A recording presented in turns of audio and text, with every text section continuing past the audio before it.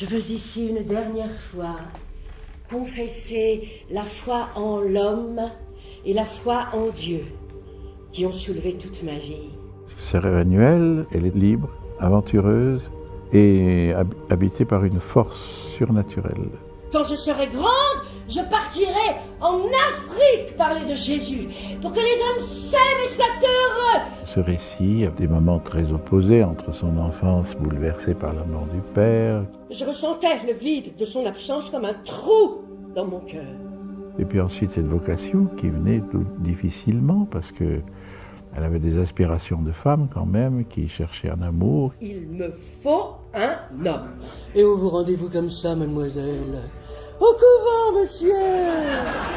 Avec ces yeux-là, mademoiselle. Mais je ne les laisserai pas à la porte, monsieur. Elle est arrivée, grâce à sa foi, à canaliser tout ça et à opter quand même pour devenir religieuse. Je n'étais plus Madeleine Saquin, mais sœur Emmanuelle. Missionnaire chez les Turcs. Hop, yallah, allez-moi Emmanuel. Vive la Turquie. Mon cœur bondit de joie. C'est merveilleux, c'est exceptionnel une femme comme ça. Vivre à même l'ordure, dans cette odeur de pourriture, allais-je en avoir la force, heure après heure, jour après jour? Oui, Jésus, yallah. N'aie pas peur, Emmanuel, yallah, en avant. Aucune vie n'est parfaite, aucune n'est perdue. Toutes sont sauvées.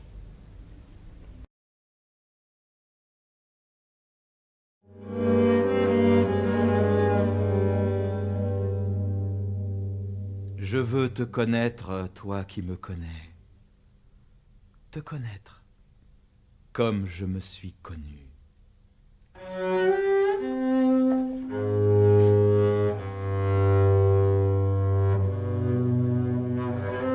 J'ai connu dans la clandestinité les fers de la jouissance. Oui, j'ai brûlé un temps, dans ma jeunesse, d'assouvissements abjects. Scabreuse exubérance de sombres amours changeantes. J'étais assourdi par le bruit strident des chaînes de ma mortalité. Et tu laissais faire. Tout à la joie d'être attaché par d'insupportables nœuds, j'étais enflammé par les fouets de la jalousie, du soupçon, de la peur, de la colère et des coups.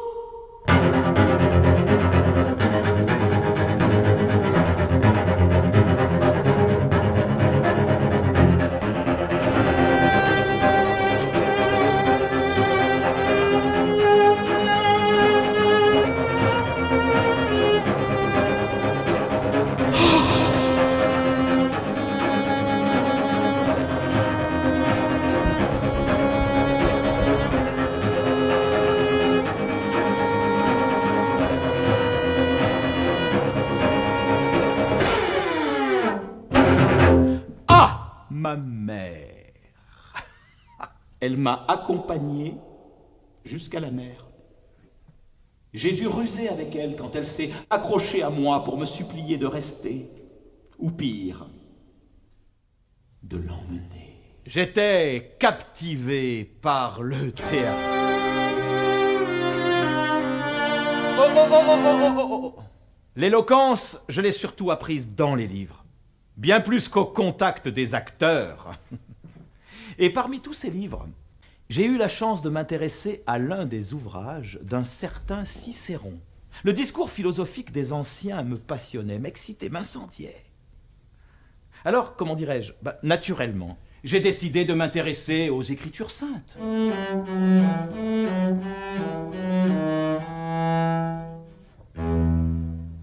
Qu'est-ce que j'aime quand je t'aime? Un accouplement au-delà de la jouissance. C'est ce que j'aime quand je t'aime, mon Dieu.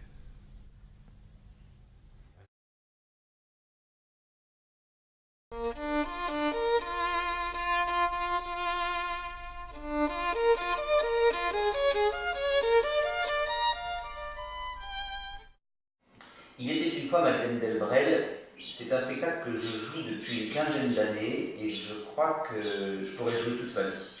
Pour moi, chaque représentation, c'est un petit peu une piqûre de rappel. Je puise dans les paroles de Madeleine des tas de choses pour trouver la joie dans mon quotidien, pour aimer le monde. Voilà. Elle écrit avec une poésie qui est complètement incarnée dans un quotidien. Et je pense notamment à un texte dans lequel Madeleine s'appuie sur la virtuosité d'un violoniste pour nous dire, voilà, c'est comme ça que j'aimerais vivre. C'est-à-dire que le violoniste, derrière lui, derrière sa virtuosité, il y a des années de travail, il y a des gammes au quotidien, il y a certainement des douleurs au bout des doigts, mais ça ne se voit pas. Quand on écoute ce violoniste, on entend la beauté, la virtuosité de sa musique. Voilà. Madeleine parle de l'aisance de l'éternité qu'elle découvre chez ce violoniste. Je pense à un autre texte aussi où Madeleine compare la vie avec un vélo.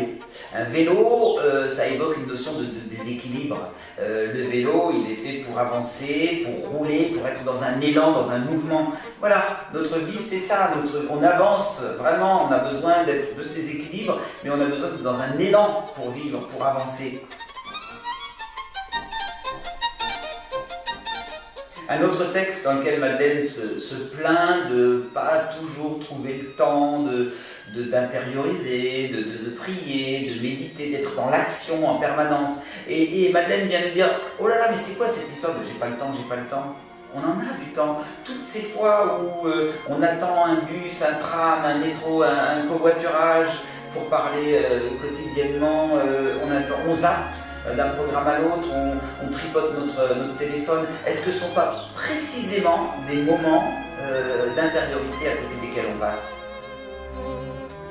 Autant d'images pour dire la joie que j'ai à jouer ces textes de Madeleine Delbrel, à m'entendre répéter ces textes et surtout à les offrir au public.